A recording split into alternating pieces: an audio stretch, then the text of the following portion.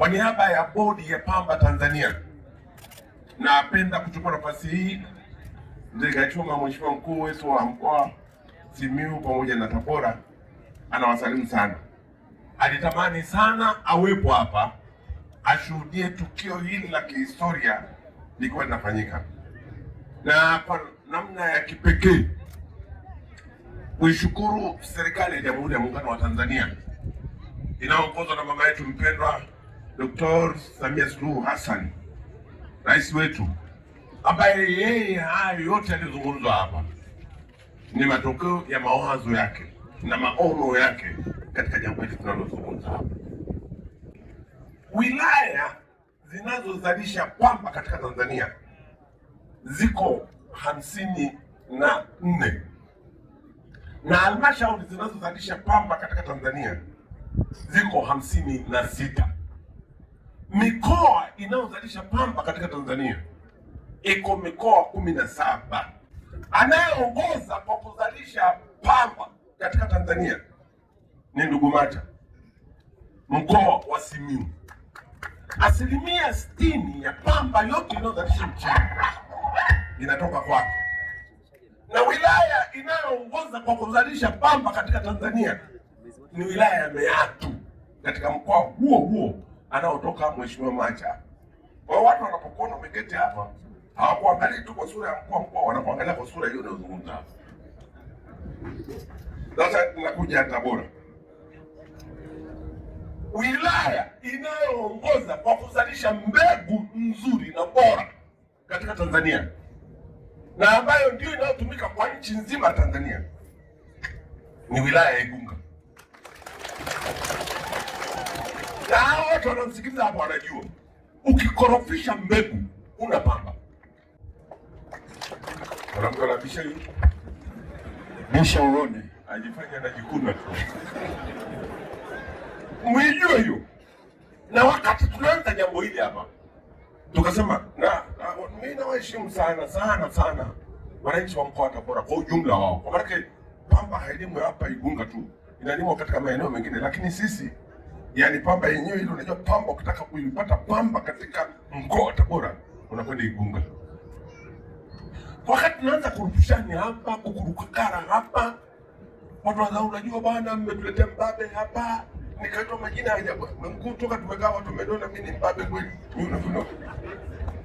Hapa ikaendelea. Hii kazi iliyofanywa na vikundi hapa ni kazi ambayo wakati tunaanza sisi hapa watu walikuwa hajisikii vizuri. Tukalima pamba hapa ya kufa mtu. Tulikuwa tunaamka hapa mkuu wa wilaya hapa alikuwa anaitwa John Mwaipopo.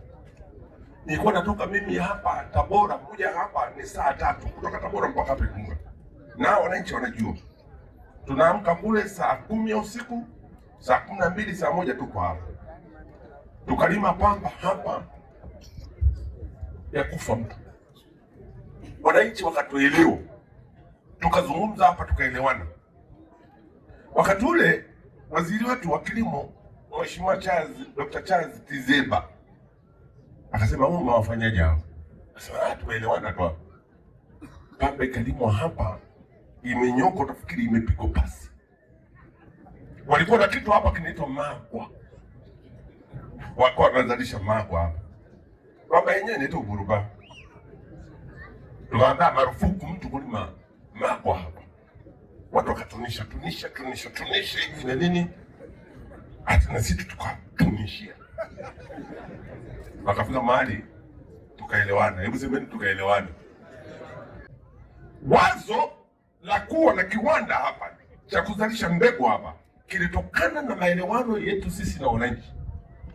Na serikali ilipokuja hapa, alikuja hapa wakati wa wekezaji, tulikuwa hapa na kongamano limefanyika, alikuja Mheshimiwa Kassim Majaliwa, wakati ule waziri wetu mkuu wa Jamhuri ya Muungano wa Tanzania. Tukamwambia baba, tunaomba kiwanda cha kuzalisha mbegu kisiondoke Igunga. Kuna watu hapa ambao wanaitwa wanunuzi wa pamba. Naomba wanunuzi wa pamba ndio mwakilishi wamekuja hapa. Lakini wakina Ogora wako hapa.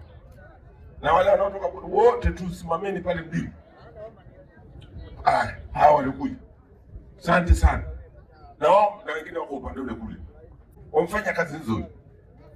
ushirikiano kati ya serikali kwa maana ya dola pamoja na wanunuzi binafsi. Tukafikia hatua hiyo, na sasa leo tunapozungumza hapa, mnisikiza vizuri ndugu wananchi, mnakuja mnafuatwa hapa na serikali, kwa sababu serikali inaheshimu kwamba nyinyi bado mmeendelea kuwa wazalishaji wazuri wa mbegu ya pamba katika Tanzania. Mnisikiza vizuri watu wa Mungu, mkulima mdogo mdogo lazima umshike mkono kama unavyomshika mtoto mdogo mkono akatisha barabara asigongwe na magari. Mkulima mdogo mdogo bila msuli wa serikali hafiki. Ndicho kilio kinachosemwa hapa, na ndio maana unaona wananchi wakisikia tu habari yoyote inayohusu serikali inavyoingilia kati kusaidia mambo haya wanapigia makofi. Mkulima mdogo mdogo hivi bila kumsaidia na kuingiza hapa BBT na kusema matrekta yaletwa hapa, akasema mimi nibaki tu hapa nimebeba hapa bomba mgongoni, huyo mkulima atakufa hapa. Tunamwangalia, lazima tumwangalie. Ni kwa nini wanapiga kelele? Ni kwa sababu mkulima mdogo mdogo huyu halipu mshahara mwisho wa mwezi, ukiisha analipwa mshahara. Mfanyakazi analipwa mwisho wa mwezi. Mkulima mdogo mdogo hapa mkuu analipwa atakapokuwa amezalisha pamba yake, inapovunwa ndio analipwa. Vinginevyo hapo katikati hakuna. Na ndio maana serikali kaagiza sasa hivi tutapitia kwenye ushirika, na ushirika umezungumzwa hapa. Sasa mtawasikia viongozi watakaposimama. Uwekezaji wa kimkakati unafanya mambo makubwa manne. La kwanza, unakuwa na nimbikizo la mtaji. La pili, unakuwa na science na teknolojia ya kisasa. La tatu, unakuwa na ajira kwa ajili ya vijana wako. Na nne, unaongeza mapato ya serikali. Ndio maana uwekezaji. Unataka nini? Unataka watu wako wale chakula kizuri. Unataka watu wako wavae vizuri. Unataka watu wako wafike mahali wasomeshe watoto waende mpaka chuo kikuu, vitabu viseme shikamoo. Ukiuliza hapa, wamepataje huo uwezo? Mwalimu alikuwa anatuambia, unaweza hii nyumba mlijenga lini? Wakati wa pamba. Huu msikiti mlijenga lini? Wakati wa pamba. Huyu mke wako ulimoa lini? Nilimoa wakati wa pamba. Huyu mume wako alikuoa lini? Alinioa wakati wa pamba. Kwa hiyo pamba ikizungumzwa hapa, unazungumzia politics na economics za mkoa, za wilaya katika swala la maendeleo ya wananchi. Kwa hiyo kuna wakati pamba ilikuwa inaongoza nchini hapa, pamba ikawa ndio kimbilio, pamba ndio uhai. Na leo unaposikia maneno haya anasema hapa mgeni rasmi, maana yake wanakumbuka kule nyuma wakati wa pamba. Serikali ina wakilishi wote wako hapa. Mheshimiwa Maacha mtusaidie. Mheshimiwa Mtondoo mtusaidie. Wakuu wa wilaya mlioko hapa na wakuu wa mkoa mlioko hapa, tusaidieni kurudisha ndoto ya wananchi wakulima wa pamba. Wakina mama mlioko hapa mnisikize vizuri. Mkienda kule hospitali huwa mnapima uzito. Nikaleta mimi hapa Igunga. Kila mkulima ukienda, kabla ya kupeleka pamba yako, nenda kajipime wewe mwenyewe kwenye mzani wa kina mama wajawazito. Unaning'inia pale. Unajua na kilo 70. Alafu ukienda kwenye mzani ule ambao umeletwa hapa, unaning'inia tena kwenye ule mzani kabla ya kupima pamba yangu. Kule hospitali wameniambia na kilo 70. Sasa huu wa hapa wa shirika, nataka nijue na kilo ngapi. Wanaambia una kilo 65. Najua tayari umeibiwa. Sukuma ndani. Watu wakashangaa, sasa lakini mheshimiwa, hii mizani mingine ni ile imekaa na mlenga, sema tutainia hapo hivyo. Matokeo wakawa wakulima hawaibiwa. Mkuu sio mchapo, mimi hapa wakuu sitoi mchapo hapa. Tulipo unazidi. Kwa hiyo tukifika na kwenda na furushi langu nimebeba. Na kwenda mpaka kwenye ushirika pale. Bwana, kabla hapo mimi ndo pamba yangu, naomba mnipime mimi mwenyewe. Mimi najua kule nimeshaba homa na kilo 70, ule mzani wa kina mama wajawazito. Sasa nataka nisema mnipime tena hapa, nijue na kilo ngapi. Lakini umeleta pamba. Nataka mnipime kwanza. Anapima. Anakuta kilo 70, anakuta na kilo 65. Sasa mimi siuzi. Inaanza zogo. Basi inabidi mwenyekiti akiji aje, ana diwani aje, na wale wengine wenye mamlaka na madaraka, si aibu na kuja pale. Tukaondoa hiyo. Sasa tunafanyaje? Kusema hao watu walioko hapa tuning'inie kwenye mizani, itakuwa ni kazi ngumu. Jitihada za kwanza amesema DG hapa. Lakini za mwanzo kabisa hapa ni kutafuta mawe ambayo ni maalum. Linawekwa jiwe hapa. Lina kilo 20. Tunataka tuzione kilo 20 pale. Akimaliza ndio anapima pale. Sasa hili jiwe tunaambiwa pale na balozi. Kwamba jiwe hili hapa lina kilo 20. Mbona inaonekana hili na kilo 16? Hizo nne zimekwenda wapi?